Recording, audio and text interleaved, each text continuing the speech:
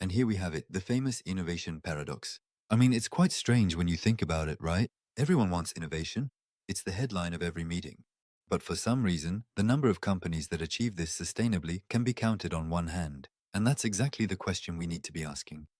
Why do some constantly win this game while others always stay one step behind?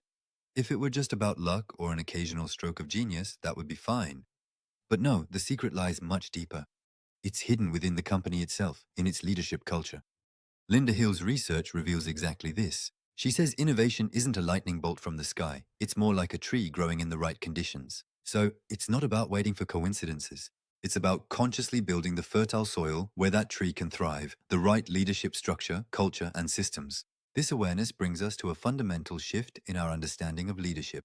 Being a leader is no longer about being a lone visionary who knows everything. No, leadership is now a matter of architecture, the art of designing the environment where innovation will flourish. In short, the rules of the game have been rewritten.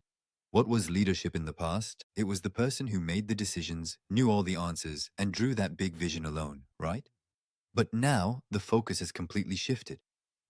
Instead of producing answers, the new leader creates the conditions where those answers can be found. Instead of being a lone visionary, they build a collective vision by paving the way for collaboration. So, we're moving from I know to we find.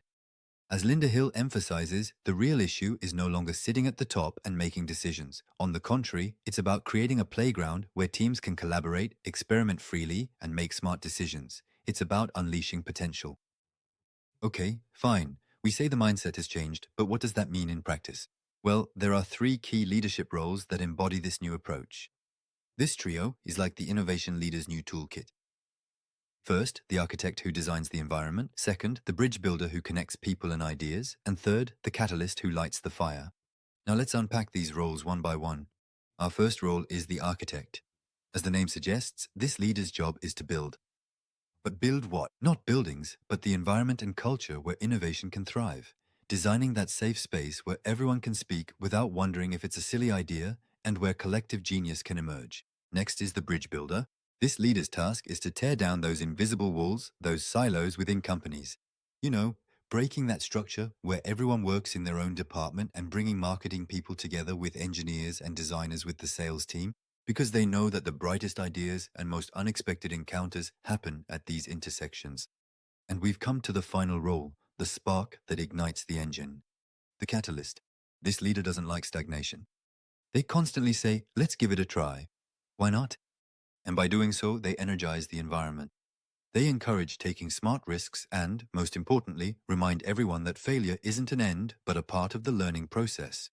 So, after all we've discussed, it's time to turn around and look in the mirror. What does this framework mean for your leadership? The most important thing to remember is this: innovation leadership is not a one-man hero show. It's definitely not. It's more like the art of conducting an orchestra. The leader's job isn't to be the best instrumentalist, but to ensure every musician gives their best performance and to capture that harmony. So let's finish with this question, and let's end with that final question that invites you to reflect after this analysis. Which role does your team need more of right now? Maybe a solid foundation for everything to rest on, that is, an architect. Maybe the collision of different ideas, that is, a bridge builder. Or maybe it just needs that first spark to get moving, that is, a catalyst.